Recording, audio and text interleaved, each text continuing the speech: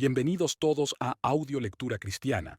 En esta ocasión leeremos Examinadlo todo, retened lo bueno. El derecho y deber del cristiano de examinarlo todo, por John Charles Ryle, una enseñanza que nos muestra la gran necesidad de escudriñar toda enseñanza a la luz de la Escritura, es muy importante ya que en nuestros días la Iglesia está impregnada de doctrinas engañosas dichas desde el púlpito, y éstas están muy distantes del verdadero Evangelio de Cristo, confunden y entorpecen el crecimiento espiritual del creyente.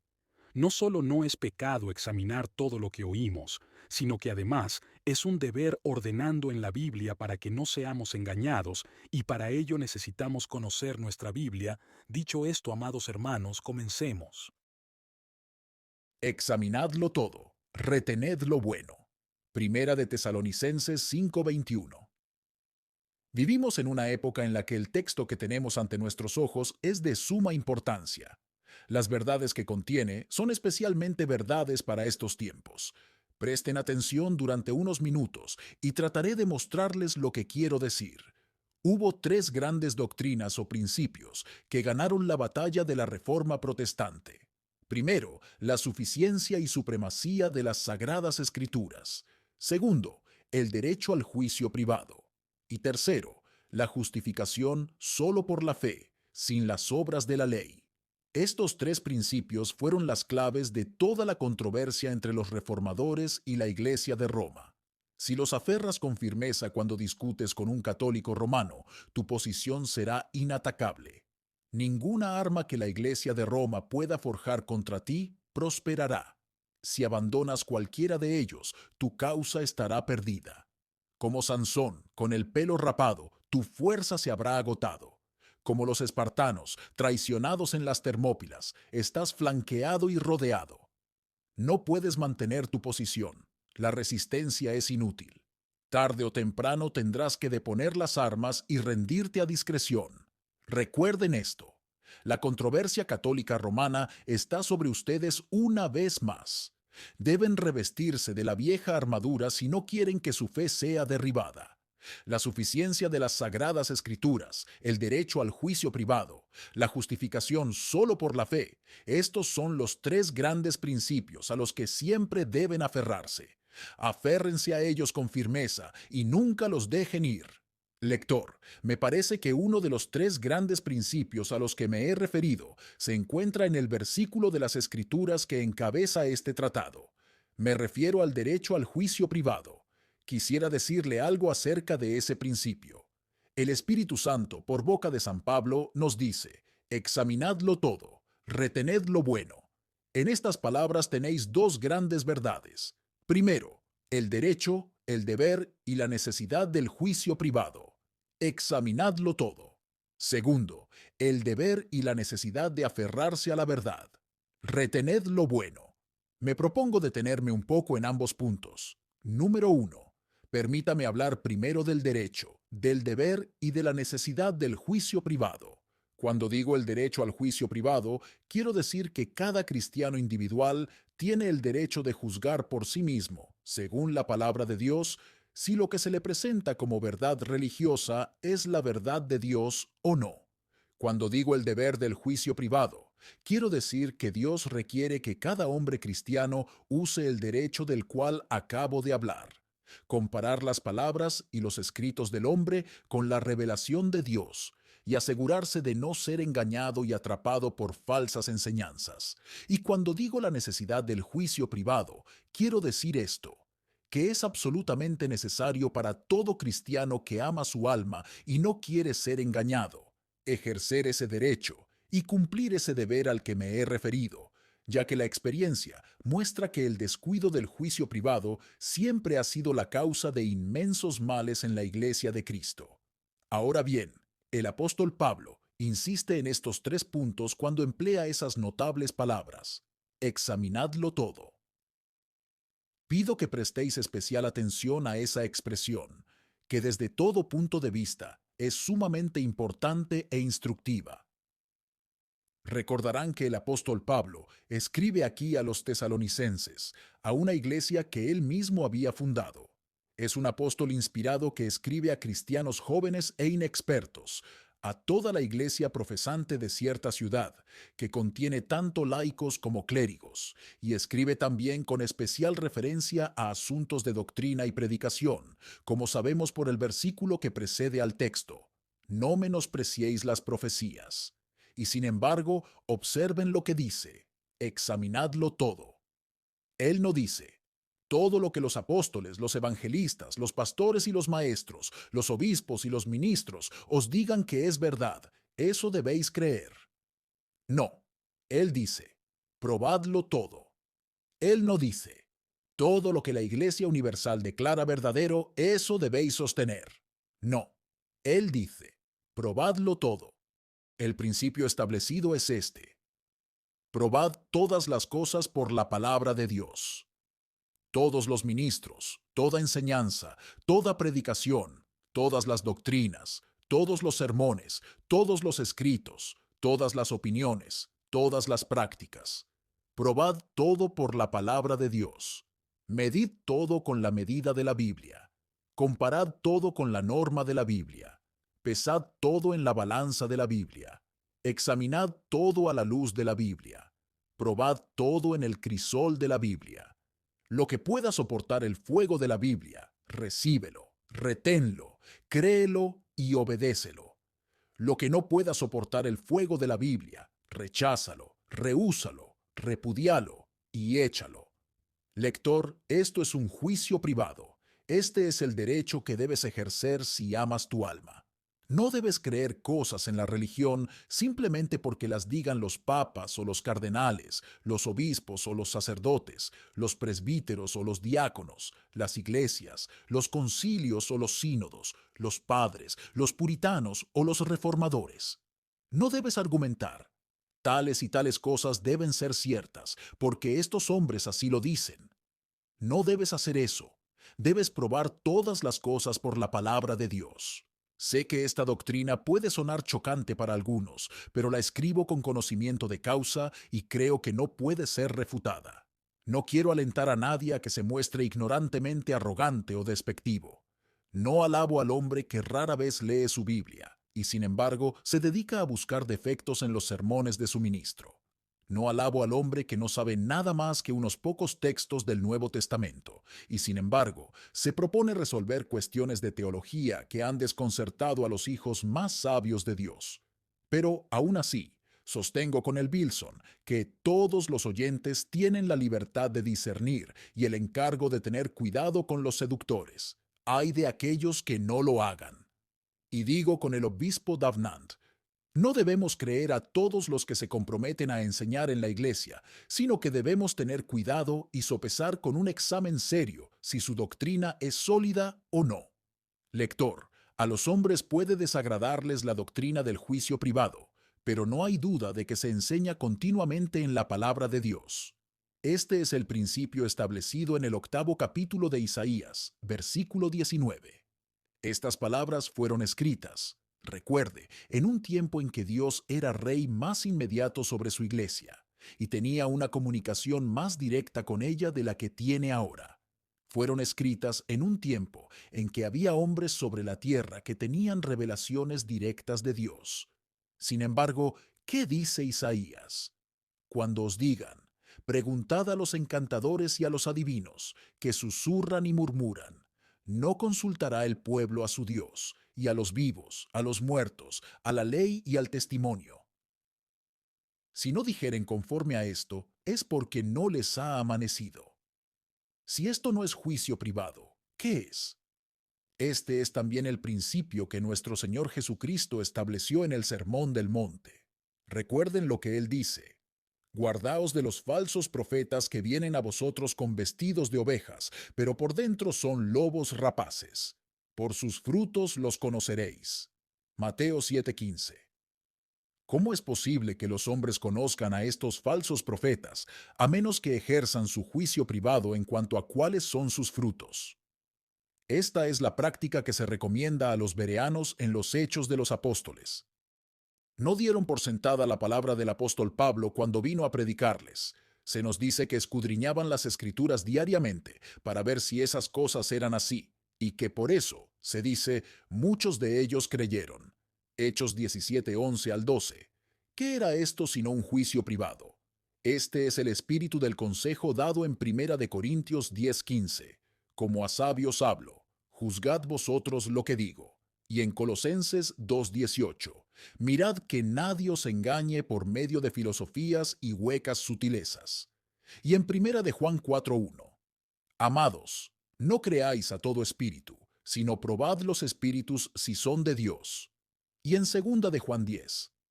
Si alguno viene a vosotros y no trae esta doctrina, no lo recibáis en casa.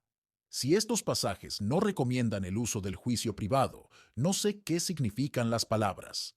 A mi entender, parecen decir a cada cristiano, examinadlo todo. Lector, no importa lo que digan los hombres contra el juicio privado, puedes estar seguro de que no se puede descuidar sin un inmenso peligro para tu alma. Puede que no te guste, pero nunca sabes a qué puedes llegar si te niegas a usarlo. Nadie puede decir a qué profundidades de falsa doctrina puedes ser arrastrado si no haces lo que Dios requiere de ti, y examina todas las cosas. Supongamos que, por temor al juicio privado, usted decide creer todo lo que cree la Iglesia. ¿Dónde está su seguridad contra el error? La Iglesia no es infalible. Hubo un tiempo en que casi toda la cristiandad abrazó la herejía arriana y no reconoció que el Señor Jesucristo fuera igual al Padre en todas las cosas. Hubo un tiempo, antes de la Reforma, en que la oscuridad sobre la faz de Europa era una oscuridad que se podía sentir. Los concilios generales de la Iglesia no son infalibles. Cuando toda la Iglesia se reúne en un concilio general, ¿qué dice nuestro artículo 21? Pueden errar, y a veces han errado, incluso en cosas que pertenecen a Dios. Por lo tanto, las cosas ordenadas por ellos como necesarias para la salvación no tienen fuerza ni autoridad, a menos que se declare que fueron tomadas de la Sagrada Escritura. Las ramas particulares de la Iglesia no son infalibles. Cualquiera de ellas puede errar. Muchas de ellas han caído vilmente o han sido barridas. ¿Dónde está la iglesia de Éfeso en este día? ¿Dónde está la iglesia de Sardis en la actualidad? ¿Dónde está la iglesia de Hipona en África? ¿Dónde está la iglesia de Cartago? Todas han desaparecido. No queda ni un vestigio de ninguna de ellas. ¿Estarás entonces contento con errar simplemente porque la iglesia yerra? ¿Será tu compañía una excusa para tu error? ¿El errar en compañía de la iglesia eliminará tu responsabilidad por tu propia alma? Oh, lector, seguramente sería 1000 veces mejor para un hombre estar solo y ser salvo que errar en compañía de la iglesia y perderse. Sería mejor probar todas las cosas e ir al cielo, que decir, no me atrevo a pensar por mí mismo, e ir al infierno. Pero supongamos, para abreviar, que usted decide creer lo que cree a su ministro. Una vez más pregunto, ¿dónde está su seguridad? ¿Dónde está su seguridad? Los ministros no son infalibles, como tampoco lo son las iglesias. No todos ellos tienen el Espíritu de Dios. Los mejores de ellos son solo hombres. Llámenos obispos, sacerdotes, diáconos o como quieran llamarnos, todos somos vasos de barro. No hablo solo de los papas, que han promulgado terribles supersticiones y han llevado vidas abominables. Prefiero señalar a los mejores protestantes y decir, cuidado con considerarlos infalibles. Cuidado con pensar que cualquier hombre, quien quiera que sea ese hombre, no puede errar. Lutero sostenía la consubstanciación. Eso era un gran error. Zwinglio, el reformador suizo, fue a la batalla y murió en la lucha. Eso fue un gran error. Calvino, el reformador de Ginebra, aconsejó quemar a Servet. Eso fue un gran error. Cranmer y Ridley instaron a que se encarcelara a Hooper debido a una disputa insignificante sobre vestimentas. Eso fue un gran error. Whitgift persiguió a los puritanos. Eso fue un gran error. Wesley y Toplady en el siglo pasado pelearon ferozmente por el calvinismo. Eso fue un gran error. Todas estas cosas son advertencias, si tan solo las tomáis en cuenta. Todas dicen, dejaos del hombre. Todas nos muestran que si la religión de un hombre depende de ministros, quienes quiera que sean, y no de la palabra de Dios, depende de una caña rota. Nunca hagáis que los ministros sean papas. Seguidnos hasta donde seguimos a Cristo, pero ni un pelo más allá. Crea todo lo que podamos mostrarle de la Biblia, pero no crea ni una sola palabra más. Descuida el deber del juicio privado y descubrirás a tu costa la verdad de lo que dice Whitby. Los mejores supervisores a veces cometen descuidos. Puedes vivir para experimentar la verdad de lo que el Señor dijo a los fariseos. Cuando un ciego guía a otro ciego, ambos caen en el hoyo. Lector, ten la seguridad de que nadie está a salvo del error, a menos que actúe según el mandato de San Pablo, a menos que pruebe todas las cosas por la palabra de Dios. Lector, he dicho que es imposible sobreestimar los males que pueden surgir de descuidar el ejercicio del propio juicio. Iré más allá y diré que es imposible sobreestimar las bendiciones que el juicio privado ha conferido tanto al mundo como a la Iglesia. Les pido que recuerden que los mayores descubrimientos en ciencia y filosofía, más allá de toda controversia, surgieron del uso del juicio privado. A esto debemos el descubrimiento de Galileo, de que la Tierra giraba alrededor del Sol y no el Sol alrededor de la Tierra. A esto debemos el descubrimiento de Colón del nuevo continente de América. A esto debemos el descubrimiento de Harvey de la circulación de la sangre. A esto debemos el descubrimiento de Jenner de la vacunación. A esto debemos la imprenta, la máquina de vapor, el telar mecánico, el telégrafo eléctrico, los ferrocarriles y el gas. Por todos estos descubrimientos estamos en deuda con hombres que se atrevieron a pensar por sí mismos. No se contentaron con el camino trillado de quienes los habían precedido. No se conformaron con dar por sentado que lo que sus padres creían debía ser verdad. Hicieron experimentos por sí mismos. Probaron viejas teorías establecidas y descubrieron que no valían nada. Proclamaron nuevos sistemas e invitaron a los hombres a examinarlos y comprobar su veracidad. Soportaron impasibles las tormentas de difamación y ridículo. Escucharon el clamor de los amantes prejuiciosos de las viejas tradiciones sin pestañear, y prosperaron y tuvieron éxito en lo que hicieron. Lo vemos ahora. Y nosotros, que vivimos en el siglo XIX, estamos cosechando el fruto de su uso del juicio privado. Y, lector, como ha sucedido en la ciencia, así ha sucedido también en la historia de la religión cristiana.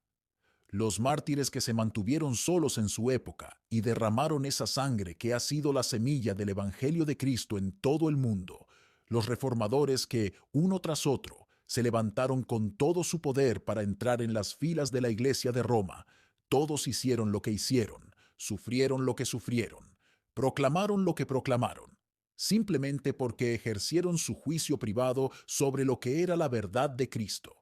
El juicio privado hizo que los valdenses, los albigenses y los lolardos no consideraran sus vidas como valiosas para ellos, en lugar de creer en las doctrinas de la Iglesia de Roma. El juicio privado hizo que Wycliffe buscara en la Biblia en nuestra tierra, denunciara a los frailes romanos y todas sus imposturas, tradujera las escrituras a la lengua vulgar y se convirtiera en la estrella de la mañana de la Reforma. El juicio privado hizo que Lutero examinara el abominable sistema de indulgencias de Tetzel a la luz de la palabra.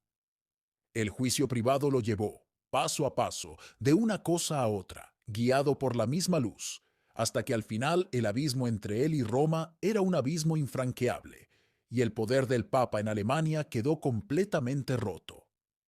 El juicio privado hizo que nuestros propios reformadores ingleses se examinaran por sí mismos e investigaran por sí mismos la verdadera naturaleza de ese sistema corrupto bajo el cual habían nacido y crecido.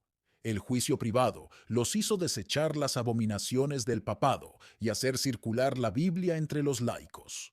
El juicio privado los hizo extraer de la Biblia nuestros artículos, compilar nuestro libro de oración y constituir la Iglesia de Inglaterra tal como es. Rompieron las cadenas de la tradición y se atrevieron a pensar por sí mismos. Se negaron a dar por sentadas las pretensiones y afirmaciones de Roma. Las examinaron todas a la luz de la Biblia, y porque no soportaron el examen y rompieron con Roma por completo. Toda la bendición del protestantismo en Inglaterra, Todo lo que estamos disfrutando en este mismo día se lo debemos al correcto ejercicio del juicio privado.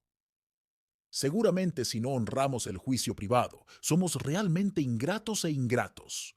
Lector, te advierto que no te dejes llevar por el argumento común de que el derecho al juicio privado está sujeto a abusos, que el juicio privado ha causado mucho daño y que debería evitarse como algo peligroso.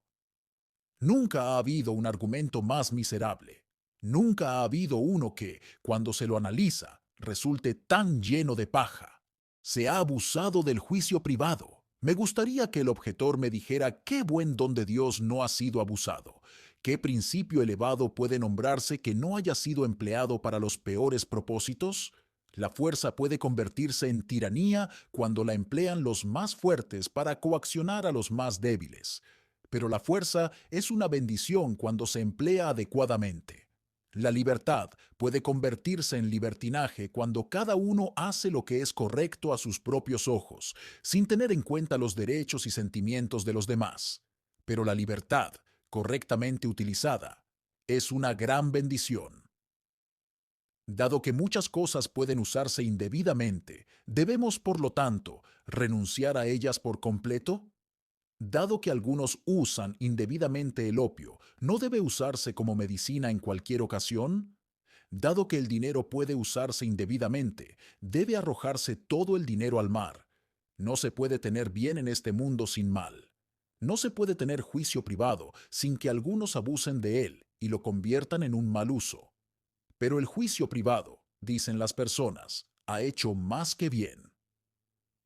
Me gustaría saber qué daño ha hecho el juicio privado en materia de religión, en comparación con el daño que ha causado su descuido. Concedamos por un momento que entre los protestantes que permiten el juicio privado hay divisiones. Concedamos que en la Iglesia de Roma, donde el juicio privado está prohibido, no hay divisiones. Fácilmente podría demostrar que la unidad romana es mucho más aparente que real. El obispo Hall, en su libro llamado La paz de Roma, enumera no menos de 300 diferencias de opinión que se mantienen en la Iglesia romana. Fácilmente podría demostrar que las divisiones de los protestantes son excesivamente exageradas y que la mayoría de ellas son sobre puntos de menor importancia. Podría demostrar que, con todas las variedades del protestantismo, como los llaman los hombres, todavía hay una gran cantidad de unidad fundamental y acuerdo sustancial entre los protestantes. Pero admitamos por un momento que el juicio privado ha conducido a divisiones y ha traído consigo variedades. Yo digo que estas divisiones y variedades no son más que una gota de agua comparadas con el torrente de abominaciones que han surgido de la práctica de la Iglesia de Roma de prohibir por completo el juicio privado. Coloquemos los males en dos balanzas, los males que han surgido del juicio privado y los que han surgido de que a nadie se le permite pensar por sí mismo. Pesemos los males uno contra el otro y no tengo ninguna duda de cuál será el mayor. Denme divisiones protestantes, ciertamente, en lugar de la unidad papal, con el fruto que produce. Denme variaciones protestantes, digan lo que digan de ellas hombres como Bossuet, en lugar de la ignorancia romana, la superstición romana, la oscuridad romana y la idolatría romana. Denme las diversidades protestantes de Inglaterra y Escocia, con todas sus desventajas, en lugar del nivel muerto, tanto intelectual como espiritual, de la península italiana. Que ambos sistemas sean probados por sus frutos, el sistema que dice, probad todas las cosas, y el sistema que dice, no os atreváis a tener ninguna opinión propia, que sean probados por sus frutos en los corazones, en los intelectos, en las vidas, en todos los caminos de los hombres, y no tengo ninguna duda en cuanto al resultado. Te advierto sobre todas las cosas que no te dejes llevar por el argumento engañoso de que es humildad rechazar el juicio privado, que es humildad no tener opinión propia, que es parte de un verdadero cristiano no pensar por sí mismo. Os digo que esa humildad es una falsa humildad, una humildad que no merece ese bendito nombre. Llámala más bien pereza, llámala más bien ociosidad, llámala más bien pereza. Hace que el hombre se despoje de toda su responsabilidad y ponga todo el peso de su alma en manos del ministro y de la iglesia. Le da al hombre una religión meramente vicaria, una religión por la cual pone su conciencia y todas sus preocupaciones espirituales bajo el cuidado de otros. No necesita preocuparse por sí mismo, ya no necesita pensar por sí mismo. Se ha embarcado en un barco seguro, ha puesto su alma bajo un piloto seguro y llegará al cielo. Oh, cuidado con suponer que esto merece el nombre de humildad. Es negarse a ejercitar el don que Dios te ha dado. Es negarse a emplear la espada del Espíritu que Dios ha forjado para el uso de tu mano. Bendito sea Dios, nuestros antepasados no actuaron según esos principios. Si lo hubieran hecho, nunca habríamos tenido la reforma. Si así lo hubieran hecho, en este momento podríamos estar inclinándonos ante la imagen de la Virgen María, o rezando a los espíritus de los santos difuntos, o celebrando un servicio religioso en latín. Que el buen Señor los libre siempre de tal humildad. Lector, mientras vivas, resuelve que leerás por ti mismo, pensarás por ti mismo, juzgarás la Biblia por ti mismo en los grandes asuntos de tu alma. Ten tu propia opinión. Nunca te avergüences de decir, creo que esto es correcto porque lo encuentro en la Biblia, y creo que esto es incorrecto porque no lo encuentro en la Biblia. Examina todas las cosas y pruébalas con la palabra de Dios.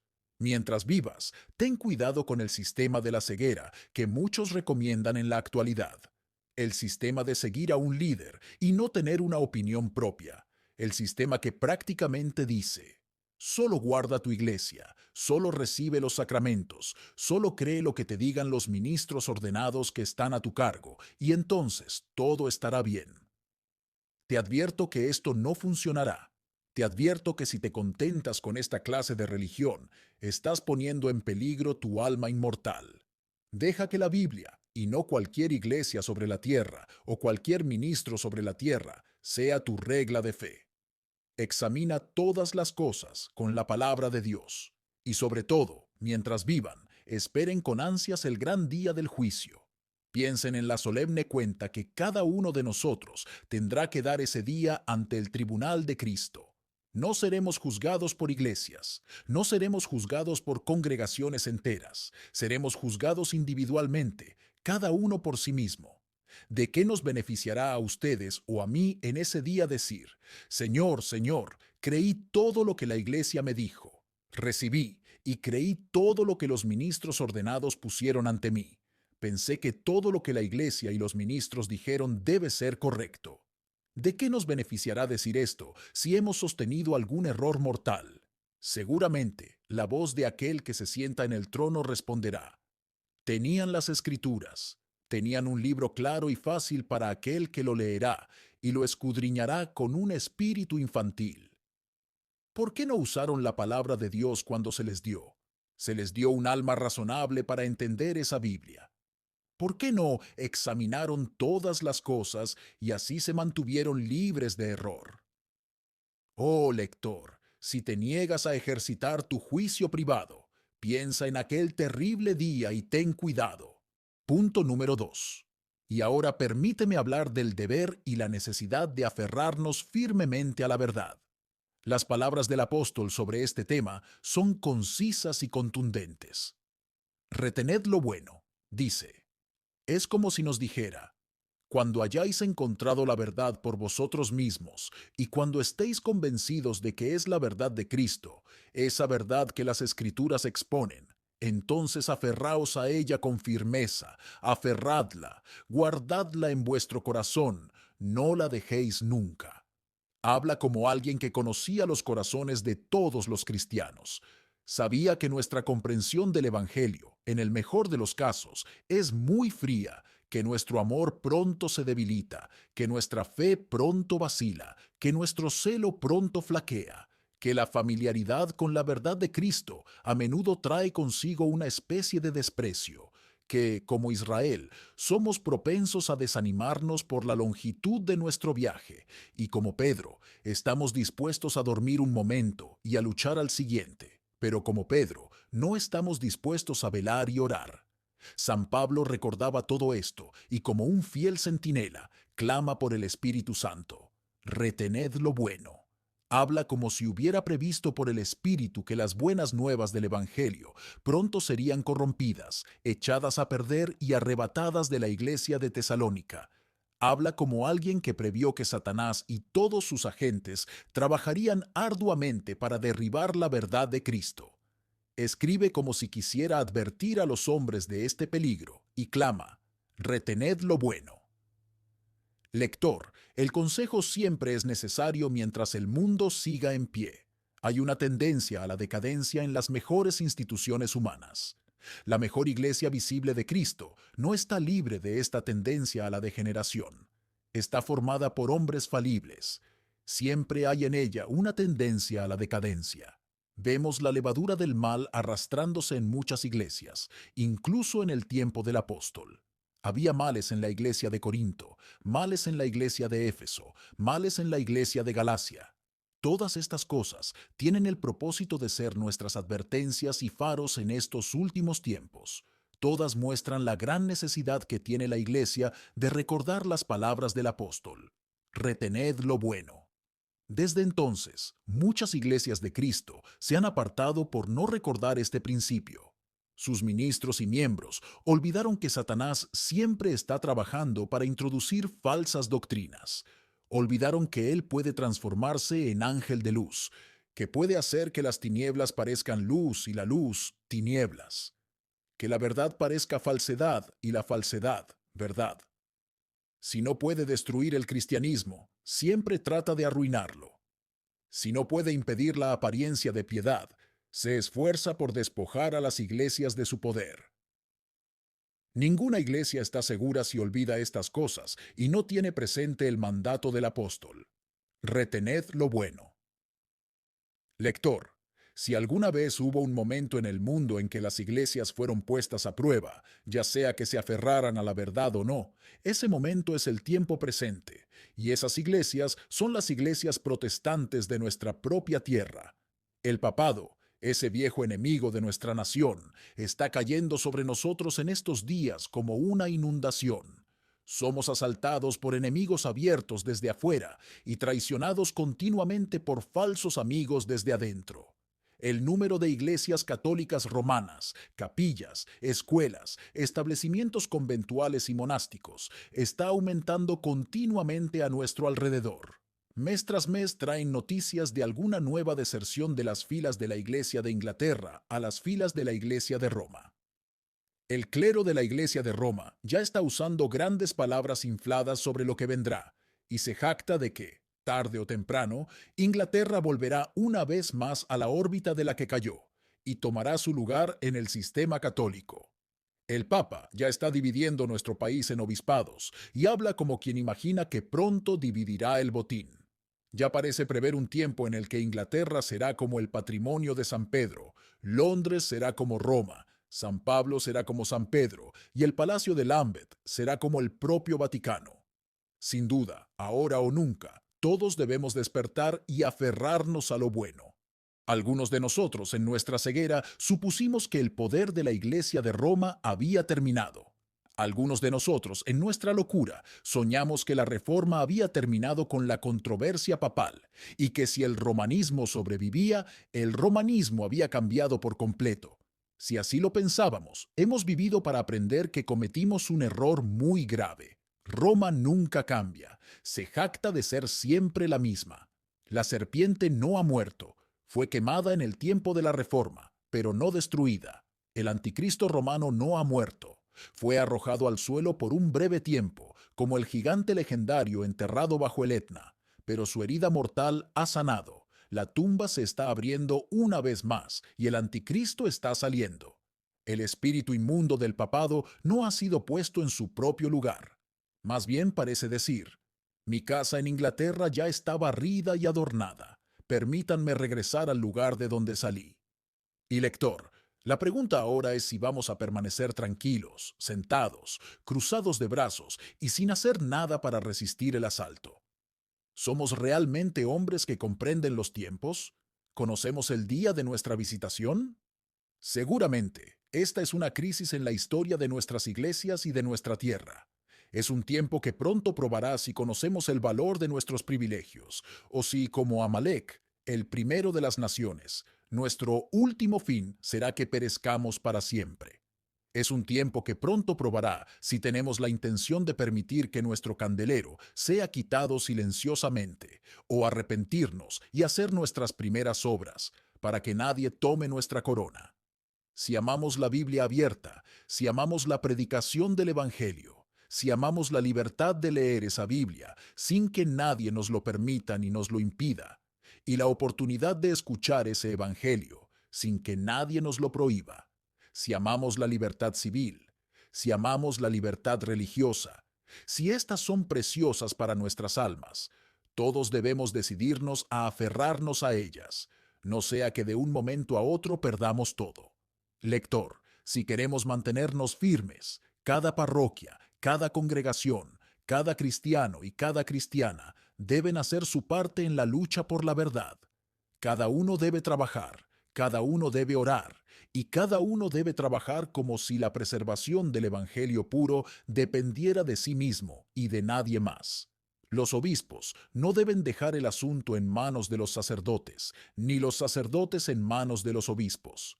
El clero no debe dejar el asunto en manos de los laicos, ni los laicos en manos del clero.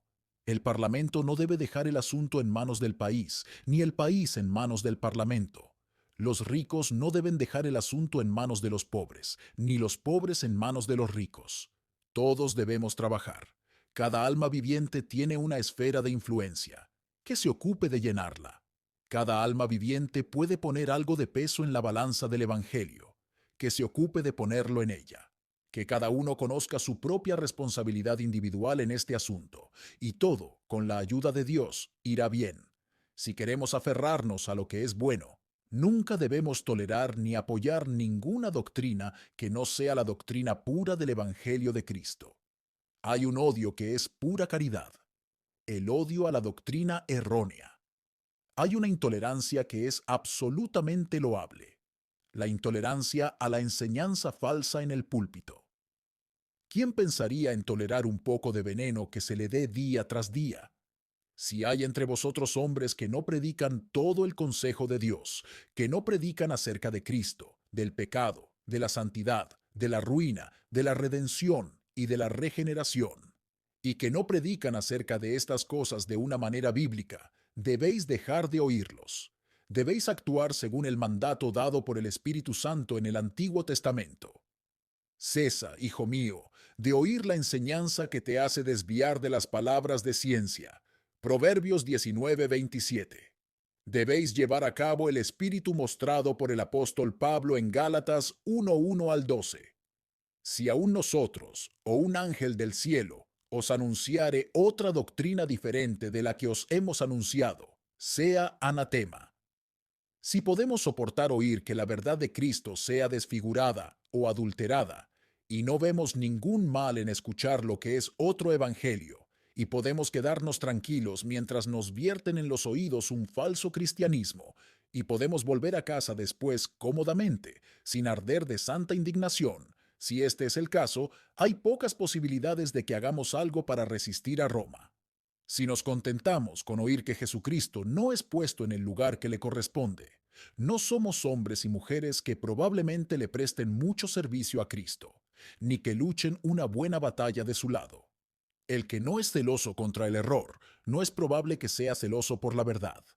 Si queremos aferrarnos a la verdad, debemos estar dispuestos a unirnos con todos los que sostienen la verdad y aman al Señor Jesucristo con sinceridad. Debemos estar dispuestos a dejar de lado todas las cuestiones menores como cosas de importancia secundaria. Establecimiento o no establecimiento, liturgia o no liturgia, sobrepelliz o no sobrepelliz, obispos o presbíteros, todos estos puntos de diferencia, por importantes que puedan ser en su lugar y en su proporción, todos deben considerarse como cuestiones secundarias. No pido a nadie que renuncie a sus opiniones privadas sobre ellas. No deseo que nadie viole su conciencia. Todo lo que digo es que estas cuestiones son madera, heno y hojarasca, cuando los mismos cimientos de la fe están en peligro. Los filisteos están sobre nosotros. ¿Podemos hacer causa común contra ellos o no? Este es el único punto que debemos considerar. Seguramente no es correcto decir que esperamos pasar la eternidad con los hombres en el cielo, y sin embargo no podemos trabajar durante unos pocos años con ellos en este mundo. No tiene sentido hablar de alianzas y uniones si en un día como este no puede haber cooperación. La presencia de un enemigo común debería disipar las diferencias menores. Debemos permanecer unidos. Tengan la seguridad de que todos los protestantes deben mantenerse unidos si quieren aferrarse a lo que es bueno. Algunos hombres dirán, esto es muy problemático. Otros dirán, ¿por qué no nos quedamos quietos y en silencio? Otros dirán, oh, esa horrible controversia. ¿Qué necesidad hay de todo este problema? ¿Por qué deberíamos preocuparnos tanto por estos puntos de diferencia? Yo pregunto, ¿qué cosa buena se ha obtenido o conservado sin problemas? El oro no se encuentra en los campos de trigo ingleses, sino en el fondo de los ríos de California. Las perlas no crecen en los setos ingleses, sino en las profundidades de los mares de la India. Las dificultades nunca se superan sin luchas. Rara vez se escalan montañas sin fatiga. No se cruzan océanos sin sacudidas de las olas. Rara vez se obtiene la paz sin guerra. Y la verdad de Cristo rara vez se convierte en propiedad de una nación y se conserva como tal sin dolores, sin luchas y sin problemas. Que el hombre que habla de problemas me diga dónde estaríamos hoy si nuestros antepasados no se hubieran tomado algunas molestias. ¿Dónde estaría el Evangelio de Inglaterra si los mártires no hubieran entregado sus cuerpos para ser quemados? ¿Quién podrá calcular nuestra deuda con Cranmer, Latimer, Hooper, Ridley y Taylor y sus hermanos? Se aferraron a lo que es bueno. No quisieron renunciar a nada. No consideraron que sus vidas fueran caras por causa del Evangelio. Trabajaron y se esforzaron, y nosotros hemos participado en sus labores. Qué vergüenza si no nos tomamos un pequeño trabajo para conservar lo que ellos tan noblemente ganaron. Con problemas o sin problemas, con dolores o sin dolores, con controversia o sin controversia, una cosa es muy segura, que nada más que el Evangelio de Cristo hará jamás bien a nuestras propias almas. Nada más mantendrá nuestras iglesias. Nada más traerá jamás la bendición de Dios sobre nuestra tierra. Por tanto, si amamos nuestras propias almas, o si amamos la prosperidad de nuestro país, o si amamos mantener en pie nuestras iglesias, debemos recordar las palabras de los apóstoles y aferrarnos firmemente al Evangelio, y negarnos a dejarlo ir. Y ahora, lector, he expuesto ante ti dos cosas. Una es el derecho, el deber y la necesidad del juicio privado. La otra es el deber y la necesidad de aferrarnos firmemente a la verdad. Solo me queda aplicar estas cosas a tu propia conciencia individual, con unas pocas palabras finales. En primer lugar, si es vuestro deber probar todas las cosas, permítanme suplicarles y exhortarlos a que se armen con un conocimiento completo de la palabra escrita de Dios. Lean su Biblia regularmente. Familiarícense con ella. Prueben toda verdad religiosa cuando la Biblia les presente. Un poco de conocimiento de la Biblia no basta. Pueden estar seguros de que un hombre debe conocer bien su Biblia si quiere probar las enseñanzas religiosas mediante ella, y debe leerla regularmente si quiere conocerla bien. No hay un camino real para llegar al conocimiento de la Biblia. Debe haber una lectura diaria, una lectura regular del libro, o el libro no será conocido.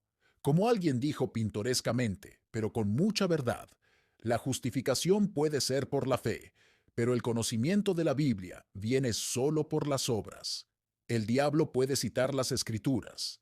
Podría acudir a nuestro Señor y citarlas cuando quisiera tentarlo.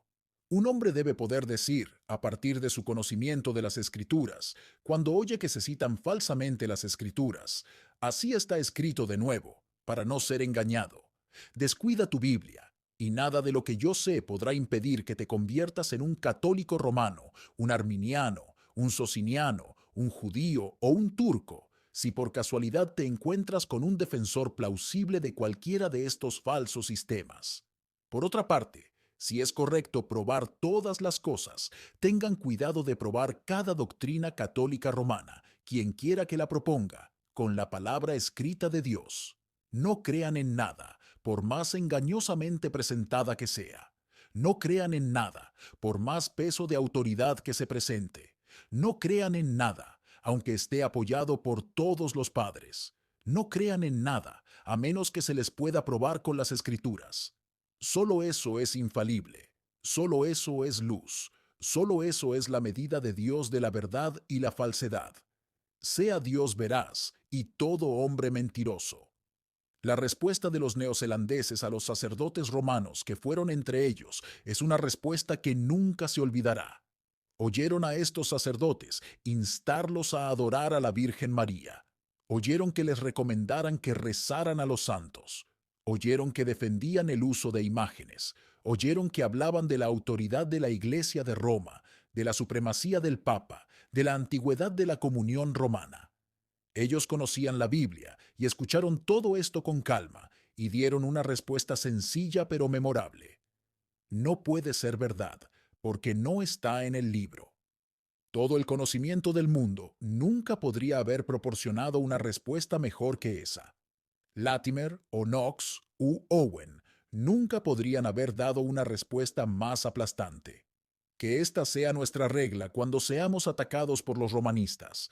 Sostengamos firmemente la espada del Espíritu y digamos en respuesta a todos sus argumentos: no puede ser verdad, porque no está en el libro. Por último, si es correcto retener lo bueno, asegurémonos de que cada uno de nosotros se ha aferrado personalmente a la verdad de Cristo. Lector, no nos salvará a ti ni a mí conocer todas las controversias y ser capaz de detectar todo lo que es falso. El conocimiento intelectual nunca nos llevará al cielo. No nos salvará ser capaces de discutir y razonar con los católicos romanos o de detectar los errores de las bulas de los papas o las cartas pastorales. Procuremos que cada uno de nosotros se aferre a Jesucristo por sí mismo, mediante su propia fe personal.